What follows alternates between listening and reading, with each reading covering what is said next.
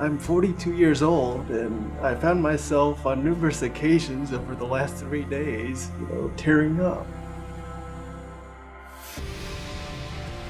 There's a lot of sad stories about people in camp. Coming here, I got to see another side of Mimi that I don't usually get to see. They went through a lot.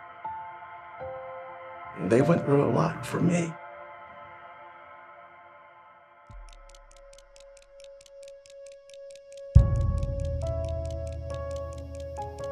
A date which will live in infamy. The United States of America was suddenly and deliberately attacked by naval and air forces of the Empire of Japan. 120,000 persons of Japanese ancestry were transported to an assembly center where they lived for months, eventually being transferred to one of 10 relocation centers.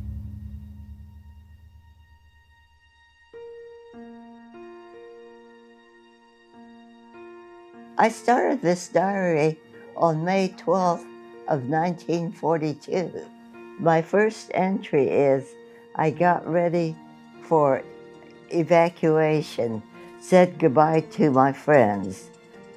On May 13th, 1942, I said, arrived at Fresno Assembly Center, fixed a barrack nicely, got very tired, met friends, and so forth. And then the next day we got a typhoid shot and smallpox shots. Everyone was sick.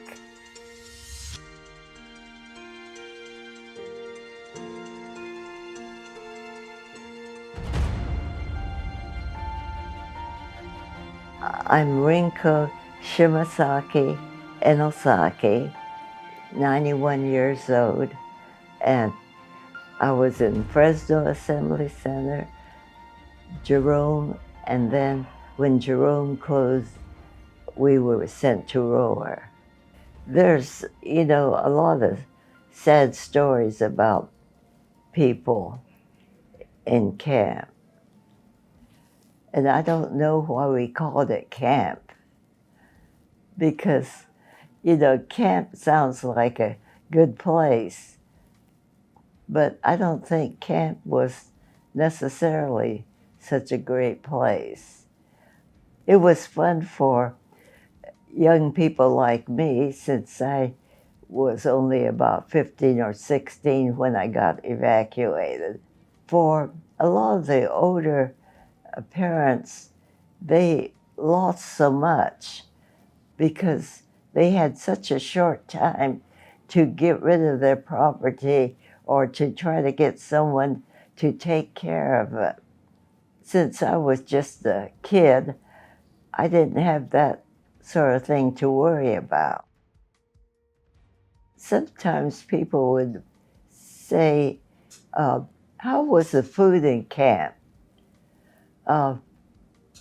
Most of the time it was reasonable that you could eat it, but other times we had such things as canned squid, hominy. I'd never heard of hominy, and grits. When we had meals like that, I just couldn't eat them. So my mother, who worked in the mess hall as a dishwasher, would bring me home a bowl of rice to eat. So that was real good.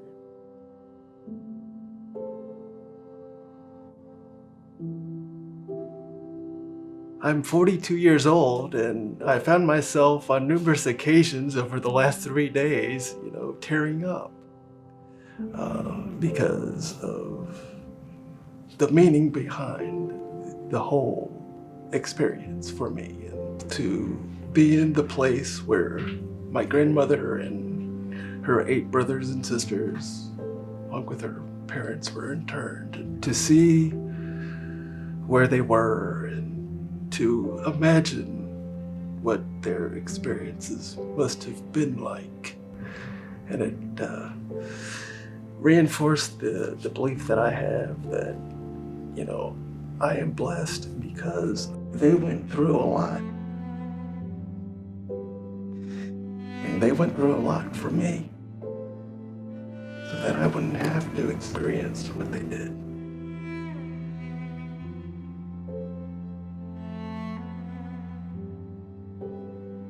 Even though I'm glad I got the chance to come here with you, it's hard to call it an enjoyable experience because just of what it is. I mean, I hate the fact that people treated you that way. What kind of struck me was how little there actually is there.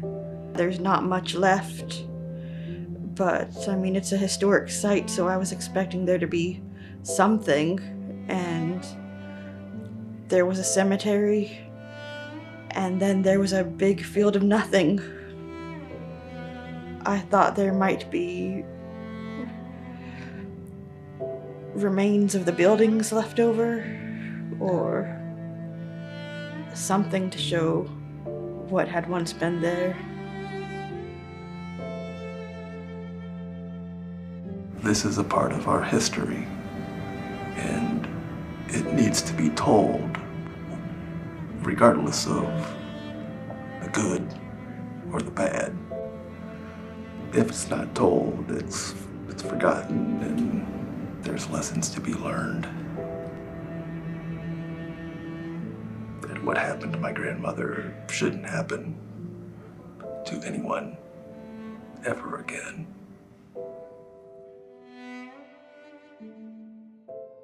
Coming here, I got to see another side of Mimi that I don't usually get to see at home. She's known in her community for doing a lot for others. But here, seeing her with others who were in the concentration camps and with other people who have come here to learn about them,